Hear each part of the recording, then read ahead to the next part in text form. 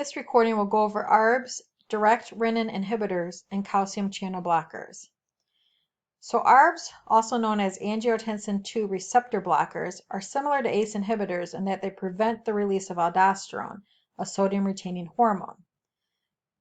So again, you know about how the renin-angiotensin-aldosterone system works, and you know that aldosterone is responsible for holding on to sodium and water, and that's what helps increase blood pressure. So this one is preventing aldosterone from doing its job, which helps to lower the blood pressure. ARBs cause vasodilation and decrease peripheral resistance. They do not cause the irritating cough that ACE inhibitors do. ARBs should not be taken during pregnancy.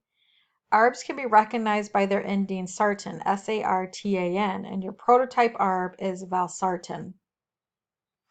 These agents block the vasoconstrictor effects of angiotensin II on the receptor at the receptor site. Valsartan is prescribed primarily to manage hypertension. It is a potent vasodilator. It blocks the binding of angiotensin II with receptors found in many tissues. Like ACE inhibitors, ARBs are less effective for treating hypertension in African American patients. In addition, like ACE inhibitors, ARBs may cause angioedema.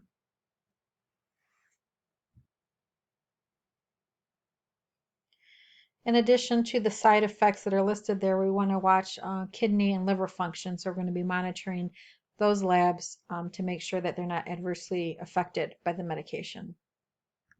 Your prototype direct renin inhibitor is aliskiren, which works by binding with renin and causes a reduction of angiotensin I, II, and aldosterone levels. Side effects, like all of them, include the hypotension. Also includes, specific to direct renin inhibitors, peripheral edema, hyperkalemia. Going to be watching the kidney function labs, and then finally Stevens-Johnson syndrome as a severe adverse reaction to the or effect of the medication. And finally, calcium channel blockers. The medications you need to know here are verapamil, diltiazem, and amlodipine. And a lot of times that PINE is your clue that you're dealing with a calcium channel blocker. So how do they work? They slow calcium channels and myocardium and vascular smooth muscle cells, promoting vasodilation. And I'll let you review the side effects that are listed there on your slide for calcium channel blockers.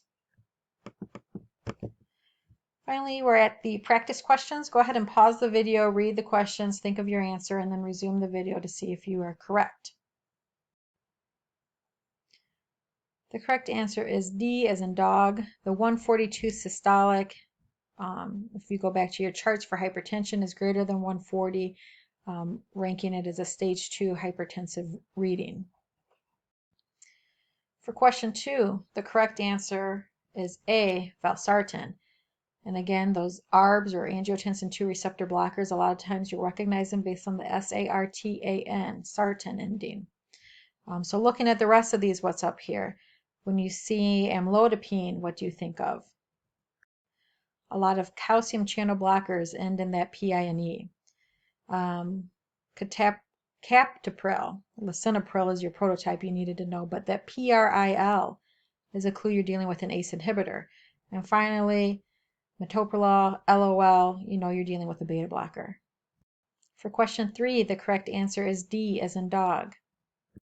For question 4, the correct answer is C. For question 5, the correct answer is C. For question 6, the correct answer is D as in dog. For question 7, the correct answer is A. For question 8, the correct answer is B as in boy.